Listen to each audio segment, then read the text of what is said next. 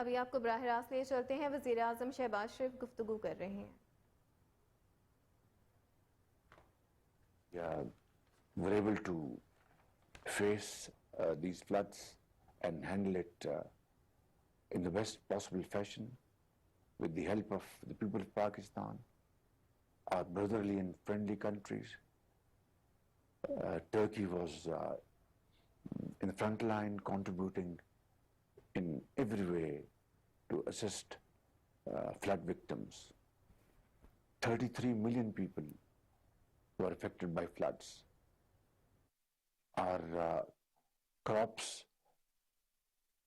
absolutely washed away.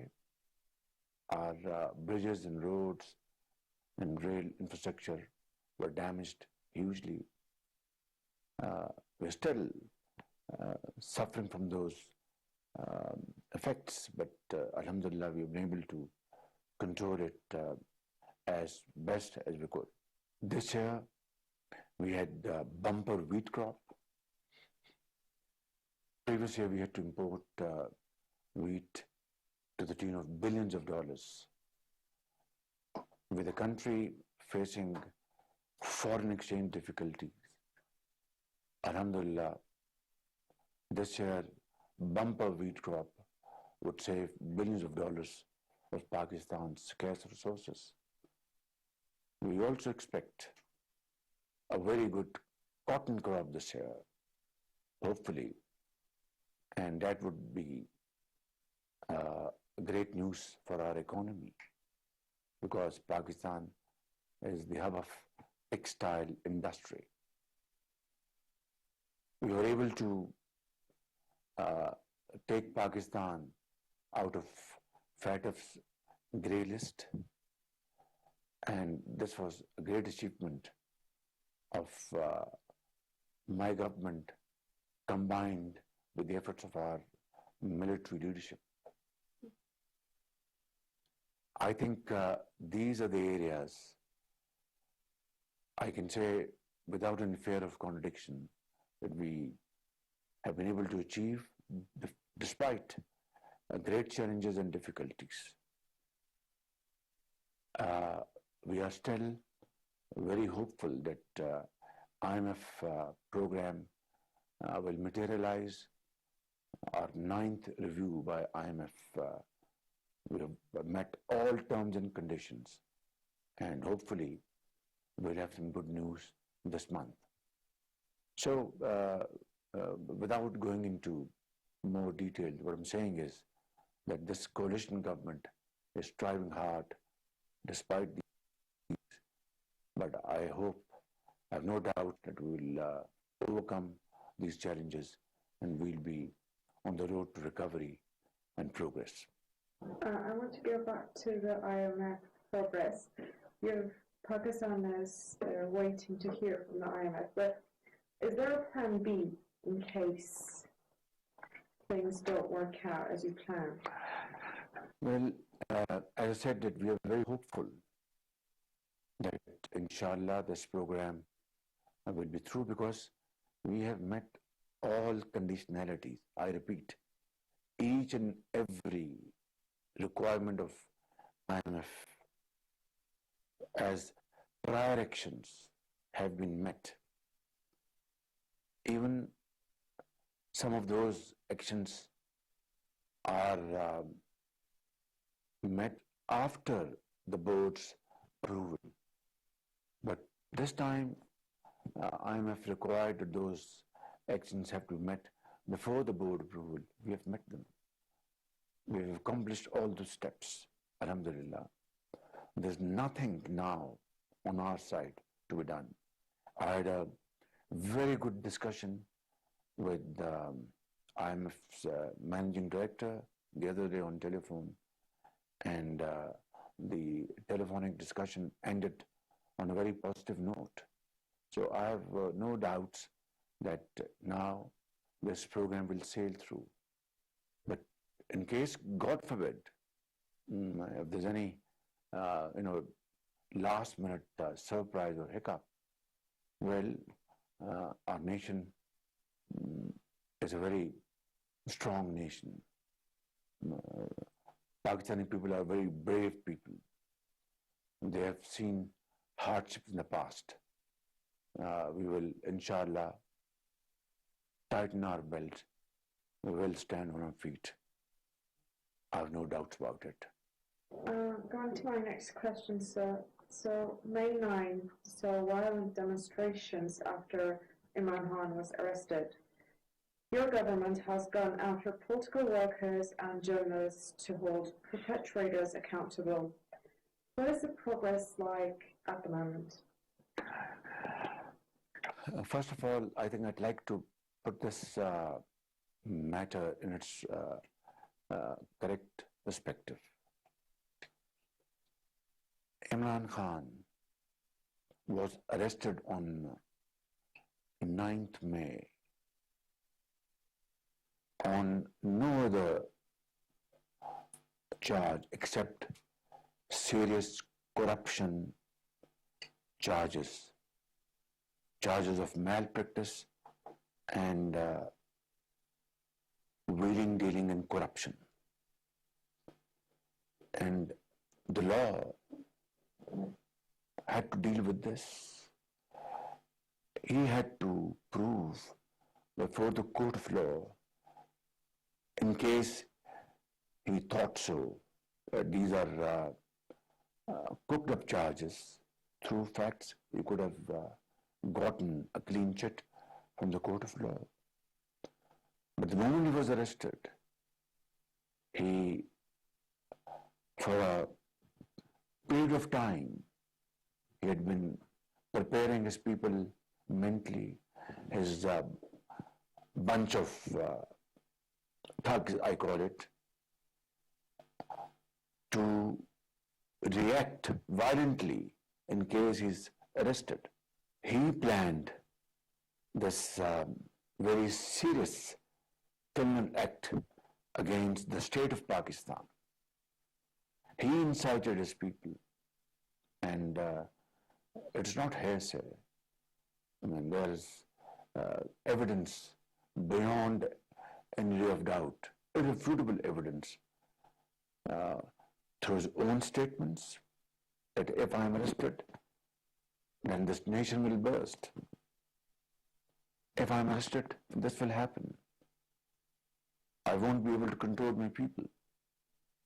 And his associates, they were directing those people to reach that place and set the building to fire, reach that place, throw stones and open fire, reach that place, bring out that monument of a Shahid, we call it, martyrs of Pakistan, who laid their lives for Pakistan's sovereignty, who left this world and their children became orphans, yet through their unparalleled sacrifice, millions of children in Pakistan were saved from becoming orphans. They left their this world and their wives became widows, but they, through their blood, ensured that thousands of wives do not become widows in Pakistan. That's the level of sacrifice our soldiers had given for Pakistan's well-being. And these thugs attacked those institutions, attacked their graves, brought down their monuments. So the law is now taking its own course. Those people who have attacked civilian installations will be tried under civilian law. And those people who have attacked military installations and desecrated those great institutions will be tried under the Military Act, and this act is in place since 1952. And under this act, not only army people are tried, but even civilians who have direct or indirect connection with some criminal act. And under this act, once the judge under this act awards punishment, two appeals lie for the defendant. One in the High Court and then in the Supreme Court of Pakistan. Please tell me what is wrong with this.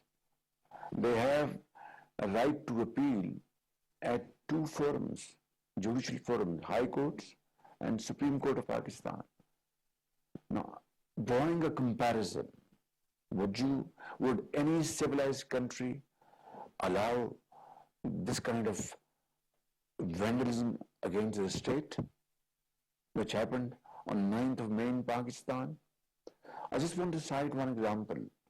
What happened on 6th of January 2021 in Capitol Hill in Washington. Aren't those perpetrators being tried and given severe punishment so that such a act never happens again in the history of the United States? Similarly, under our law, we are trying to do justice so that this act never takes place in Pakistan for the rest of our life. This is the bottom line of this entire process. So please tell me what's wrong with that. I just want to add one thing more. During Imran Khan's 4 years of fascist rule, he had bunged in the entire opposition on false allegations, including my brother, Prime Minister Sharif, his daughter, my son, myself, the entire opposition, and he was focusing only on one thing: how to give severe punishment to opposition leaders. There were no violent protests. Nobody could even think of attacking any institution. Nobody even thought of, in his remotest imagination, to bring down monuments of martyrs. Nobody thought of going to their graves. So I think this is what must be understood and appreciated, that nothing untoward is being done, except the rule of law is being implemented. So your judiciary will bring justice after May 9, is what I understand. I hope so. The rule of law will prevail. So my last question is, Pakistan and Turkey share a quite good brotherly relations ever since. How are you progressing these relations out? What are your targets in the future? I'm very hopeful that with this fresh mandate given to President Tayyip Erdogan by people of Turkey is a great opportunity for me and the people of Pakistan to further enhance our relation with our brotherly people of Turkey. Believe me, I always maintain, and I mean it, that our two brotherly countries are like one soul and two hearts. They beat together, they pump together, they feel together. We speak different languages, but we understand what we're saying through our hearts.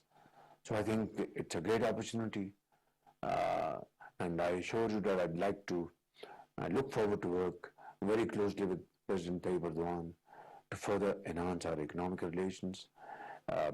In solar energy, Pakistan plans to install 10,000 megawatts of solar energy, hydel power projects, and Turkey has great potential, expertise, engineering, and experts. We'll work together and achieve these targets. We'll work together, enhance our trade volume. We'll work together and improve Istanbul Quetta Railroad so that our transportation cost goes down. We make our production more economical, and that's how the two countries will thrive and prosper together. वज़ीर-ए-आज़म मोहम्मद शहबाज शरीफ का तुर्क media को interview. उन्होंने कहा कि गुज़श्ता हुकूमत की नाक़िस मौशी कारकर्दगी की वजह से हम डिफ़ॉल्ट के करीब थे। पाकिस्तानी तुर्किया के बाहमी ताल्लुकात में बिरादराना रविश है। उन्होंने कहा कि इक़्तिसादी मुश्किलात के बावजूद हुकूमत मेहनत कर रही है। सैलाब से मुतासरा दिनों में तुर्किया ने बहुत ताउन किया। उन्होंने मज़ीद कहा कि फ़ौजी तनसीबात पर हमला करने वालों को सज़ा दी जाएगी।